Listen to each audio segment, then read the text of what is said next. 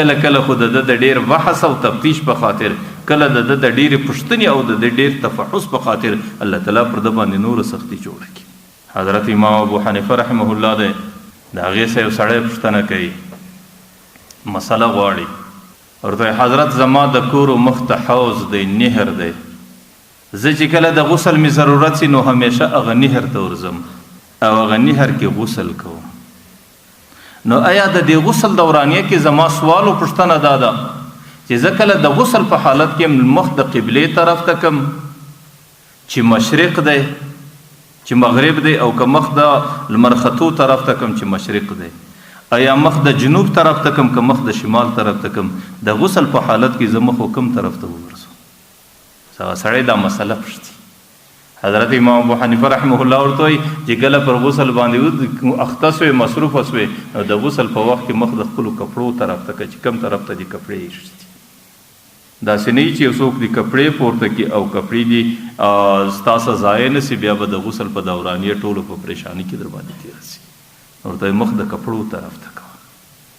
د دې معنا دا ده چې کله الله تعالی پر تا باندې پابندي نه ده لګولې چې د غسل په وخت کې یا مخ دې خواته کوي یا دې خواته کوي، نو بیا بلا ضرورته سړی ولې پر ځان پابندي لګوي چې زه مخ وکم خواته کوي؟ نو کله کله انسان چې الله تعالی په یو حکم نه پابند کړي او د ډېرې پوښتنې د هغې مطالعه کوي او د ډېر تبحث کوي او د هغې ډېر تلاش کوي او د هغې متعلق ډېر مجلسونه کوي، نو کله کله د ده د بې احتیاطۍ په خاطر باندې الله تعالی پر ده باندې پابندي ولګوي چې الله تعالی پابندي نه ده لګولې، بیا ولې سړی بلا وجه ځان په تکلف په پابندي کې واقع کوي.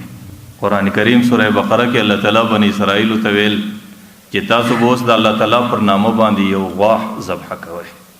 الله تعالی هغې غوا مطلق ورته ذکر کړه، پای کې د رنګ قید نه و چې خامخا به دا رقم غوايي، پای کې د عمر قید نه و چې دا به د څو عمري، پای کې د تذکیر او د تانیث خبره نه و چې دا به مذکر غوایي که به مؤنث غوايي، او پای کې د ډنګروالي او د چاغوالي خبره نه و چې دا به ډنګر یا به چاغ وي. بس الله تعالی ورته زما پر نامه باندې یو غوا ذبح کړئ، د هغې په خاطر به ستاسو د آخرت ترتیب برابر سي، ستاسو توبه به قبوله سي. لیکن بني اسرائیلو د دې غوا متعلق پوښتنې روانې کړي. اول به وی چې د دې غوا به ژړ رنګې که به سپین رنګې، تور به که به خړې، بیا به ویل چې دا غوا به مذکري که به مؤنثي، او بیا به دا وی چې دا غوا به د ډېر عمري که به د لږ عمري، او کله به دا پوښتنې کولې چې دا غوا به چاغي او که به ډنګره.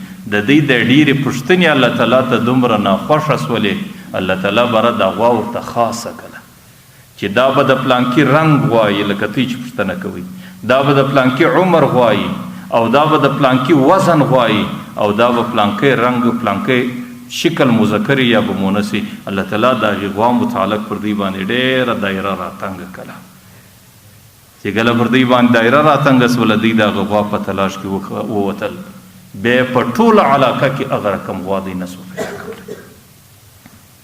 حالانکه اولا الله تعالی مطلقا غوا ورته لیکلې وله، غوا ورته بیان کړې وله چې تاسو به غوا حلالوئ، لیکن دوی د خپلې بې احتیاطۍ په خاطر د هغې متعلق دومره پوښتنې روانې کړې، دومره معلومات یې روان کړو چې الله تعالی ته د دوی پوښتنې ډېرې ناخوښه ولې.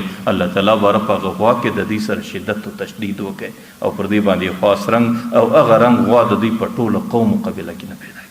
بیا چونکې دوی ډېر پریشانه سو، د دوی د پریشانۍ په خاطر الله تعالی بیا د یو بني اسرائیلو د یو سړي سره هغه رنګ غوا پیدا کړه چې د هغې څه وروسته بیا دوی ذبح کړه.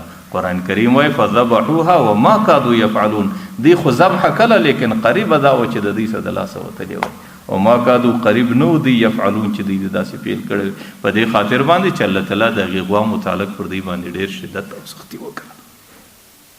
نو ځکه الله تعالی انسانیت ته دا وایي چې انسانانو لا تسألوا عن اشیاء ان تبد لکم تسؤکم، ډېرې پوښتنې به نه کوئ او د ډېرو اشیاو متعلق به پوښتنې نه کوئ او داسې معلومات به د چا څه نه غواړئ.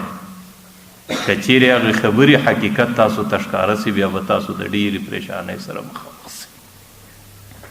دا پوښتنه به نه کوئ چې زما پلار څوک. یو صحابي راغلی پیغمبر علیه صلات وسلام ته وایي زما پلار څوک دی؟ پیغمبر ایا دا سړی زما پلار دی که نه دی؟